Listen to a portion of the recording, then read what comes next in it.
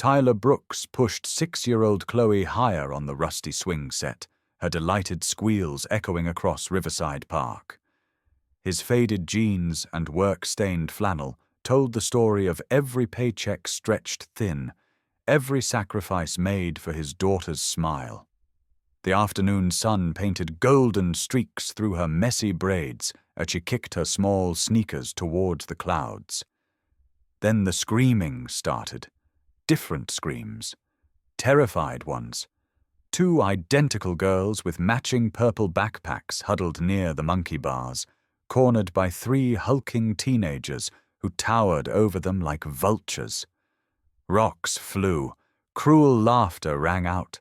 The twins' pristine white uniforms were already streaked with dirt and tears. Tyler's world tilted. His protective fury ignited like gasoline meeting flame. He sprinted across the playground, gravel crunching under his boots, every muscle coiled for confrontation. The bullies scattered when they saw his thunderous expression. As he knelt beside the sobbing 7-year-olds, something in their grateful, trusting eyes made his breath catch. He had no idea these weren't just any children he'd saved. Hey, you're safe now," Tyler whispered, his voice gentle as morning rain. The twins looked up at him with identical emerald eyes, their faces mirror images of fear slowly melting into relief. Sage wiped her nose with a torn sleeve, while Sky clutched her sister's hand like a lifeline. Their expensive uniforms and designer backpacks seemed wildly out of place in this modest neighborhood park. But their tears were universal. Tyler glanced back at Chloe, who had stopped swinging to watch the drama unfold with wide, concerned eyes. 6 years of single fatherhood had taught him that children were magnets for trouble, but also for unexpected grace. The twins' babysitter appeared 20 minutes later, speaking rapid Spanish into her phone while gesturing frantically. Tyler helped translate the situation, watching as relief flooded the young woman's face. "Senora Reid will be so grateful," she kept repeating, though she never explained who this mysterious Senora Reid might be. As the girls climbed into a sleek, black SUV that cost more than Tyler's annual salary, Sage pressed a crumpled drawing into his palm. It showed 3 stick figures holding hands under a rainbow, with "Thank you, Uncle Tyler," scrawled in purple crayon. The vehicle disappeared down Elm Street toward the Mansion District, leaving Tyler staring at the drawing with questions he couldn't name. Tyler worked from his cramped apartment the next morning, his laptop balanced on a card table that doubled as dining room and office. The remote developer position at Pinnacle Solutions paid just enough to cover rent and Chloe's needs, but it allowed him the flexibility that single parenthood demanded. School drop-offs, sick days, parent-teacher conferences, all the small emergencies that would have cost him countless jobs in a traditional office. His wife Jennifer's medical bills had drained their savings before she died, leaving him with nothing but determination and a 6-year-old who still drew pictures of Mommy with angel wings. The cursor blinked mockingly on his screen as he struggled with a particularly stubborn piece of code, his concentration broken by memories of those grateful green eyes. Derek Hawthorne's morning email carried its usual passive-aggressive undertone. "Performance review next week. Hope you're ready to justify your remote work arrangement." Tyler deleted the message without responding, knowing that Derek had made no secret of his belief that work-from-home employees were inherently lazy. Despite Tyler's consistent high-quality output and perfect attendance record, Derek seemed determined to find fault with his arrangement. The apartment walls felt smaller suddenly, the weight of job insecurity pressing down like storm clouds gathering overhead. Through his window, he could see Riverside Park, where yesterday's drama had unfolded, wondering if he'd ever see those mysterious twins again. Saturday morning arrived with the promise of pancakes and playground time, but Chloe had other plans. "Can we go to story time at the library, Daddy, please?" Her enthusiasm for the weekly tradition never wavered, even when Tyler's budget suggested staying home. They walked hand in hand to Riverside Public Library, where the children's section buzzed with weekend energy. The librarian's animated reading of Where the Wild Things Are had just begun, when Tyler spotted two familiar faces in the back row. Sage and Skye sat beside their babysitter, who looked overwhelmed by the English language storytelling. When the librarian asked for volunteers to act out the wild rumpus, Chloe immediately raised her hand and gestured for the twins to join her. The three girls bounded around the children's section with such infectious joy that even the most reserved parents found themselves smiling. Tyler noticed how the babysitter, Consuela, relaxed when he offered to help translate the story's themes, her grateful expression reminding him of his own struggles navigating single parenthood. After story time, the girls begged to play together on the library's small outdoor playground. Tyler found himself in easy conversation with Consuela, learning that Mrs. Reid worked weekends frequently, leaving the twins in her care. "She is good mother," Consuela said carefully, "but work muy importante." The way she said it suggested long hours and frequent absences, a familiar struggle for any single parent trying to balance survival and presence.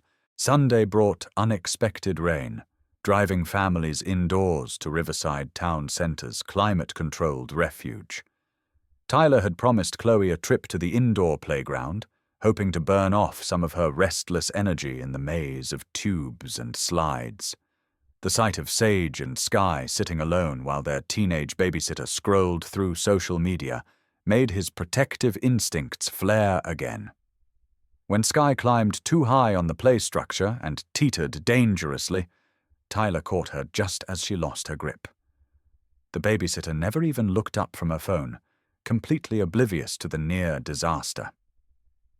"Maybe put the phone away for safety," Tyler suggested gently, earning a sullen eye roll from the teenager, who clearly resented any interruption to her digital world.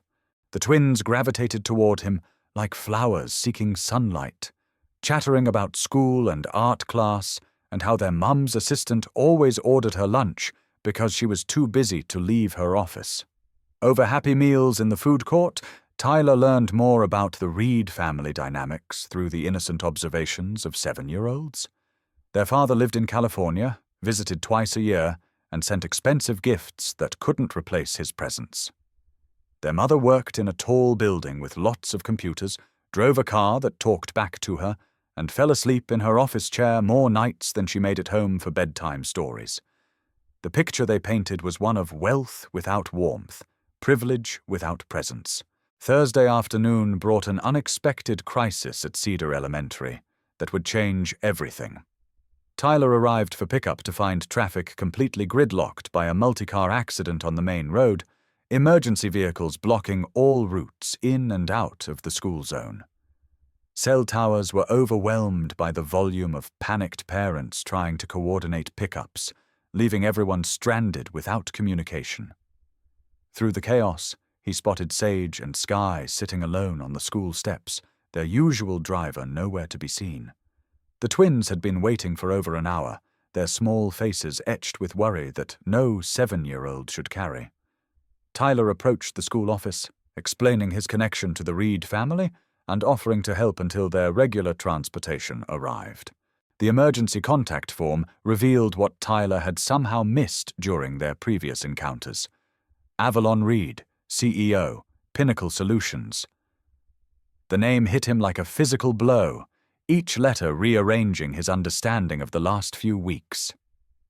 Pinnacle Solutions, his own company, the source of his modest paycheck and professional anxiety. Avalon Reid, the CEO he'd never met face to face, the mysterious leader who worked from the executive floor while he coded from his kitchen table. The coincidence seemed impossible, yet here was the proof in black and white on official school letterhead. As he drove the twins to their mansion address on Elm Street, Tyler's mind raced with implications he wasn't sure he wanted to consider. The Reid house rose before them like something from an architectural magazine, all clean lines and floor-to-ceiling windows that revealed glimpses of modern art and sophisticated elegance within. Tyler helped the girls from his battered Honda, acutely aware of how his rust-spotted vehicle looked against their manicured driveway and three-car garage. Sage and Sky seemed oblivious to the class divide, chattering excitedly about their rescue adventure as they led him to the front door. The housekeeper who answered wore a knowing smile, as if she'd been expecting him for weeks.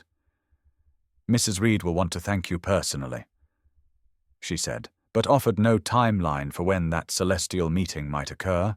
3 weeks passed in a comfortable routine of library visits, playground supervisions, and impromptu rescue missions that felt increasingly natural. Tyler kept emergency snacks and Band-Aids in his car trunk, understanding somehow that Sage and Sky needed an anchor in their privileged but lonely world. Chloe blossomed in her role as unofficial big sister, teaching the twins playground rules and sharing her crayons with generous abandon. The connection between all 3 girls felt organic, like family relationships that develop gradually, then suddenly feel inevitable. Tyler found himself looking forward to these encounters more than he cared to admit, the twins' laughter filling a space in his heart he hadn't realized was empty. The annual Pinnacle Solutions family picnic arrived like a mandatory celebration Tyler couldn't avoid without professional consequences. Company policy required all employees to attend, with subtle implications that absence might affect performance reviews and future opportunities. Tyler reluctantly dressed in his best khakis and polo shirt, hoping to blend into the crowd while earning brownie points with management. Chloe wore her favorite sundress, excited about the promised bounce house and face painting that would make the corporate obligation bearable. They arrived at Riverside Park to find it transformed with company banners, catered food stations, and activities designed to showcase Pinnacle's family-friendly culture to employees and their relatives. Tyler volunteered for BBQ duty, hoping kitchen work might keep him invisible to senior management while fulfilling his obligation to participate meaningfully. The rhythmic sizzle of burgers and hot dogs provided a soothing backdrop as families gathered on picnic blankets and children ran wild across the grass. Derek Hawthorne made his usual rounds, glad-handing executives while pointedly ignoring lower-level employees like Tyler. The afternoon settled into predictable corporate festivity, complete with trust-building games and team-bonding exercises that felt forced but harmless. Tyler had almost relaxed into the rhythm when a familiar sound cut through the noise like a silver bell, announcing that everything he thought he knew was about to change forever. "Uncle Tyler! Uncle Tyler!" The twins' voices rang out across the park with pure joy, their reunion creating exactly the kind of scene Tyler had hoped to avoid. Sage and Sky sprinted toward the grill station with Chloe close behind, their embrace generating the attention of every employee within 30 feet. Behind the twins, a woman in an elegant sundress moved with purposeful grace, her designer sunglasses and confident stride marking her as someone important in the corporate hierarchy. Tyler's spatula clattered to the ground as recognition dawned slowly. Then all at once, Avalon Reid stood 3 feet away, her CEO presence unmistakable even in casual weekend attire, studying him with an expression that cycled through confusion, recognition, and something that might have been embarrassment. "You're the man from the emergency contact calls," she said, though Tyler had no specific memory of any direct communication between them. Her voice carried the kind of natural authority that commanded boardrooms and shaped million-dollar decisions without effort. Around them, conversations died as other employees sensed drama unfolding in real time, phones appearing as corporate gossip instincts kicked into overdrive. Derek Hawthorne materialized beside them like a shark, scenting blood in corporate waters, his satisfied expression suggesting he'd been waiting for exactly this kind of opportunity. "Well, well, Brooks," he said with obvious relish. "You never mentioned knowing our CEO personally. How interesting that this relationship wasn't disclosed during your last performance review. This isn't what it looks like, Tyler stammered, though he wasn't entirely sure what it looked like to the growing crowd of onlookers and amateur photographers. Avalon's expression shifted between confusion and something that definitely looked like professional embarrassment as she realized the implications of their public reunion. The twins remained oblivious to the adult tension crackling around them, chattering excitedly about their friend Uncle Tyler, who fixed cars and knew all the best playground rules and always had extra snacks in his trunk. More phones appeared as employees began documenting the scene, their corporate instincts sensing the kind of gossip that would dominate break-room conversations for months. Linda Martinez from HR pushed through the crowd, a professional smile not quite masking the alarm bells clearly ringing in her head. Monday morning brought the investigation Tyler had been dreading since the moment his name appeared in weekend corporate gossip chains. Derek filed formal complaints about inappropriate employee-CEO relationships, suggesting Tyler had deliberately manipulated the situation for career advancement and favorable treatment. HR launched a full review while company rumors exploded across every break room, water cooler, and private message thread. Anonymous tips reached the local business journal, resulting in headlines about potential conflicts of interest and questionable corporate ethics that made Tyler's stomach turn. By Tuesday, he found himself suspended pending investigation, his remote access revoked, his professional reputation bleeding out across social media platforms and industry forums where his name was being discussed by people who'd never met him. The media attention escalated beyond anything Tyler could have imagined in his worst anxiety-driven nightmares.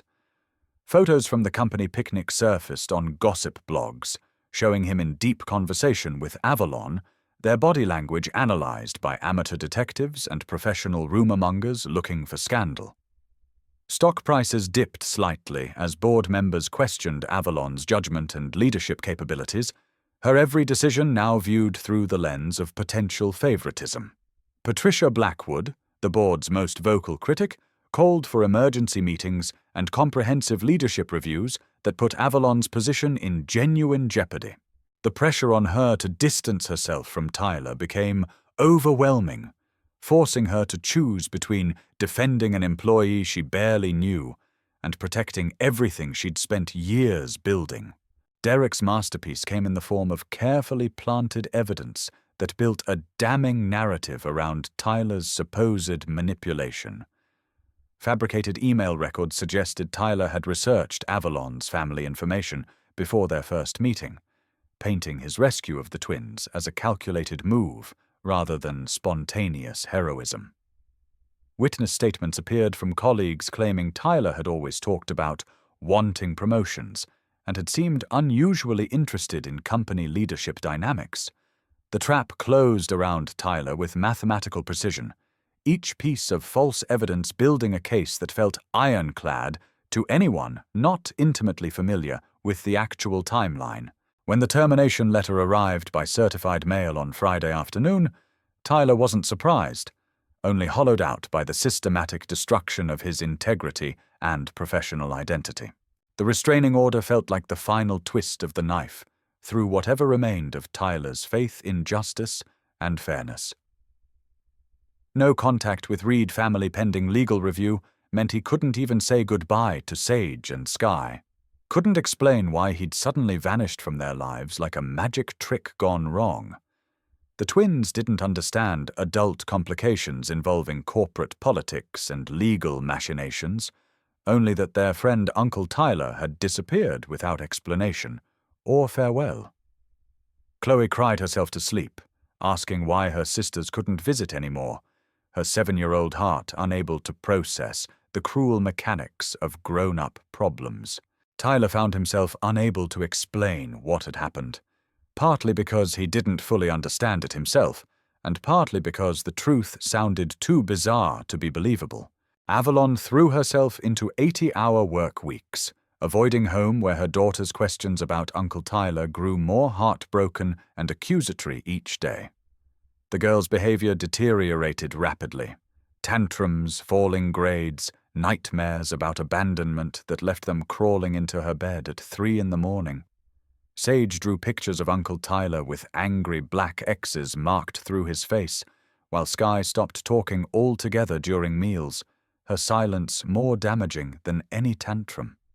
Consuela quit without notice, unable to handle the children's grief on top of Avalon's increasing absence and emotional unavailability. The mansion felt like a mausoleum of broken relationships and corporate success that suddenly tasted like ashes in her mouth every morning when she forced herself to get dressed and face another day of leadership challenges. Tyler's job search became a nightmare of closed doors and uncomfortable silences that followed him from interview to interview, like a personal storm cloud. Derek's story had spread throughout the tech industry with the speed of digital wildfire, painting Tyler as a manipulative opportunist who'd used innocent children to advance his career. Interviews ended abruptly when background checks revealed his circumstances, leaving him to wonder if he'd ever work in his field again, or if he'd have to completely reinvent his professional identity. The savings account dwindled toward zero, while rent and utilities demanded payment regardless of his employment status or emotional state. 3 weeks after losing his job, Tyler began contemplating the unthinkable, leaving Riverside Heights entirely, starting over somewhere his reputation hadn't preceded him like a toxic shadow.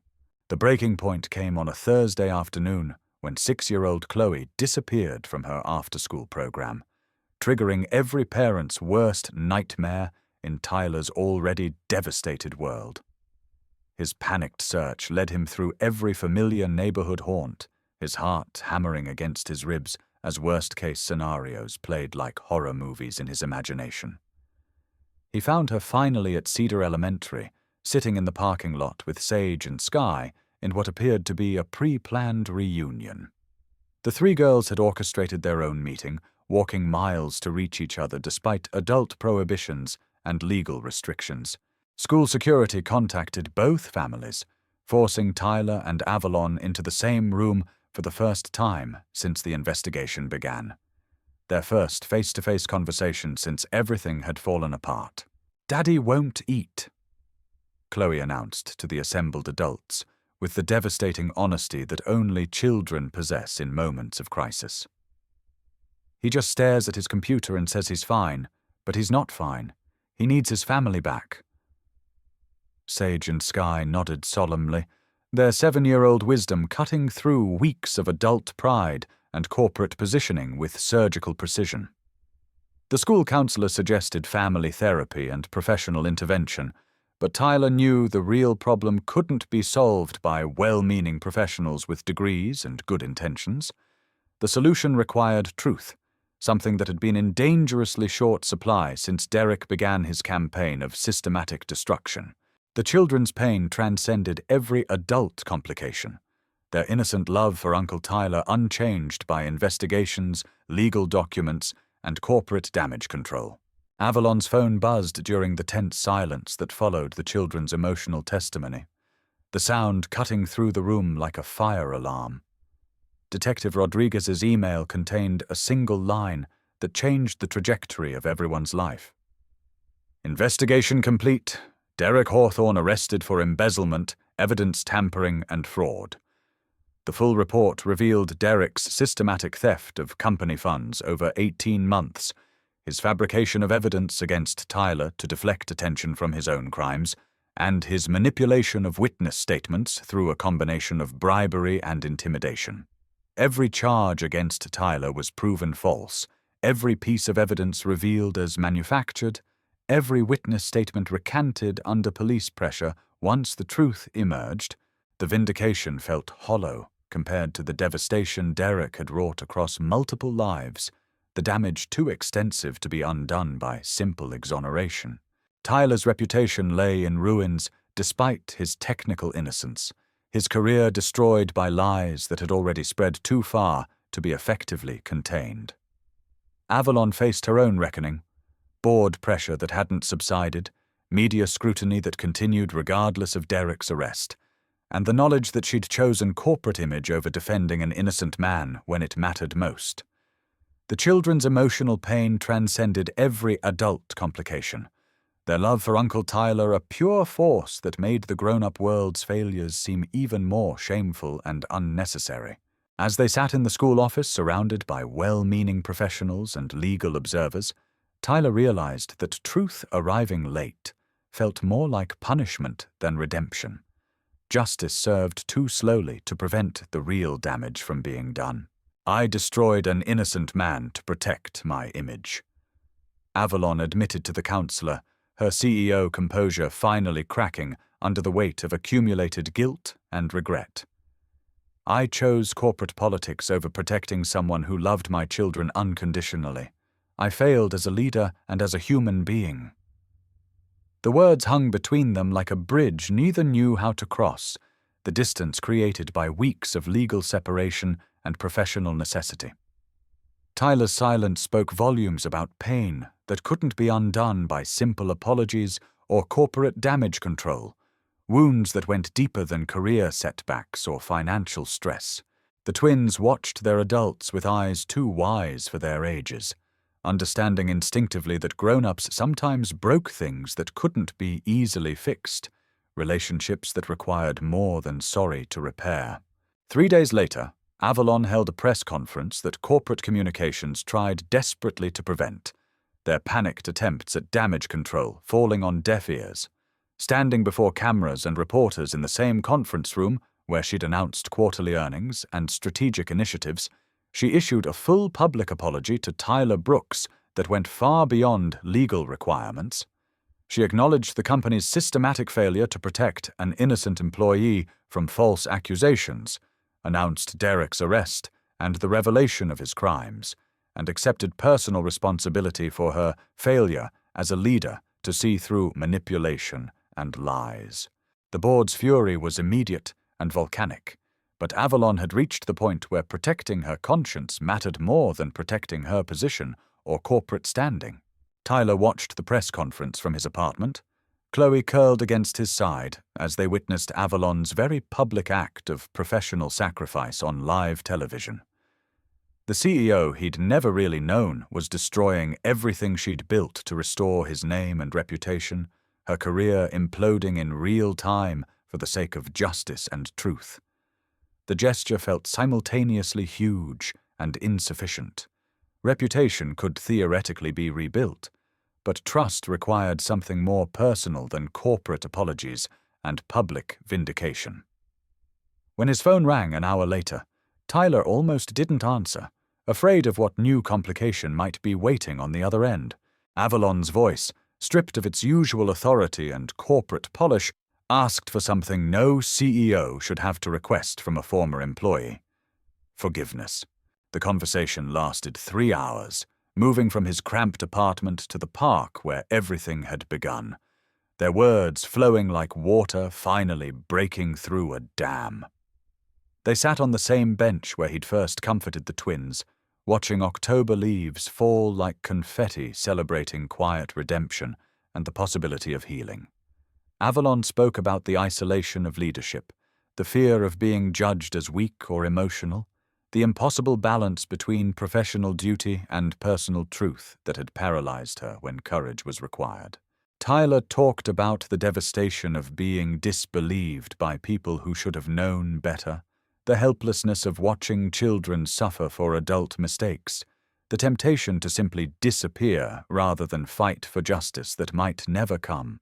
"I'm not offering you a job," Avalon said, as sunset painted the sky in shades of forgiveness and possibility.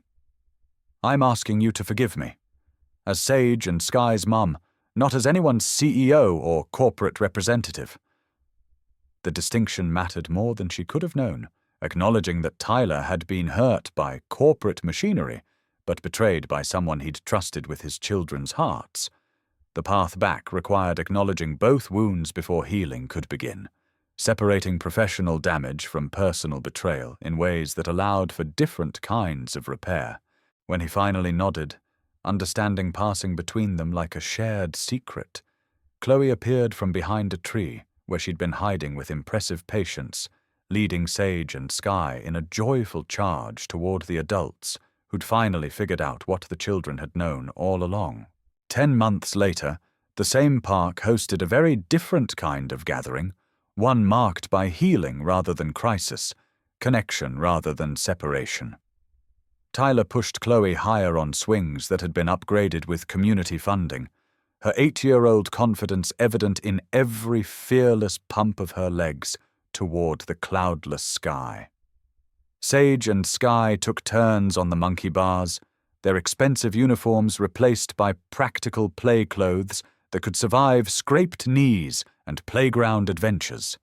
The equipment bore a small bronze plaque dedicated to everyday heroes, though Tyler still felt more like someone who'd stumbled into the right place at the right time rather than any kind of intentional champion. Avalon arrived precisely at 4 o'clock, her Tesla parked beside Tyler's reliable Honda CR-V in an arrangement that had become comfortably routine over months of rebuilding trust and family bonds. She'd stepped down as CEO to focus on work-life balance, taking a consulting position that paid significantly less but demanded fewer 16-hour days and weekend emergencies. The board's initial fury had evolved into grudging respect as company culture improved under leadership that prioritized both profit and people, her sacrifice ultimately proving beneficial for everyone involved. Tyler had returned to Pinnacle as a senior developer, his reputation not just restored, but enhanced by the very public acknowledgement of his integrity and the company's commitment to making things right. "They're happy," Tyler observed, watching the 3 girls attempt increasingly elaborate playground stunts with the fearlessness of children who felt completely secure in their world and relationships. Avalon nodded, settling beside him on the bench with the comfortable silence of people who'd learned that not everything needed to be discussed, analyzed, or defined to be meaningful.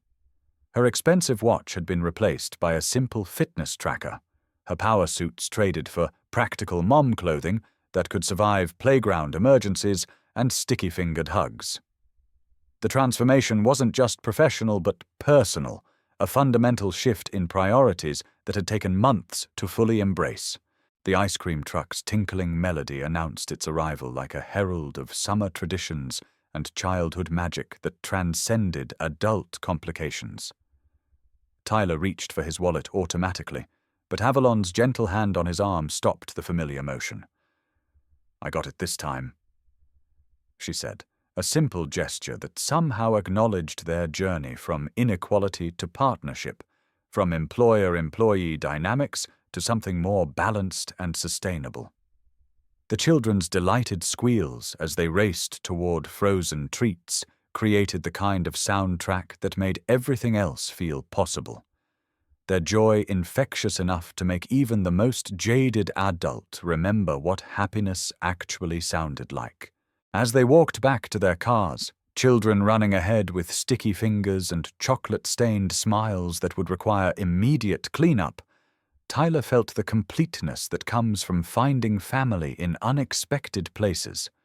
Chloe's question about whose house tonight received the kind of easy answer that spoke to routines built on choice rather than obligation, flexibility rather than rigid scheduling. "Pancakes for dinner?" "With blueberries and whipped cream." The familiar call and response felt like a song they'd been singing forever, a family rhythm that had developed organically over months of shared meals and bedtime stories. Chloe pressed her face against the car window as they drove away, watching Uncle Tyler's car follow at just the right distance in the rearview mirror. Not too close, not too far, but exactly where family should be. She didn't have words for what they'd become, didn't need labels for the love that surrounded her, like the warmest blanket on the coldest night. In the driver's seat, Tyler caught Avalon's smile in his peripheral vision and understood that some stories end not with wedding bells or dramatic declarations of eternal love, but with the quiet certainty that tomorrow would bring another chance to choose each other again, to build something sustainable and real from the foundation of trust they'd fought so hard to establish.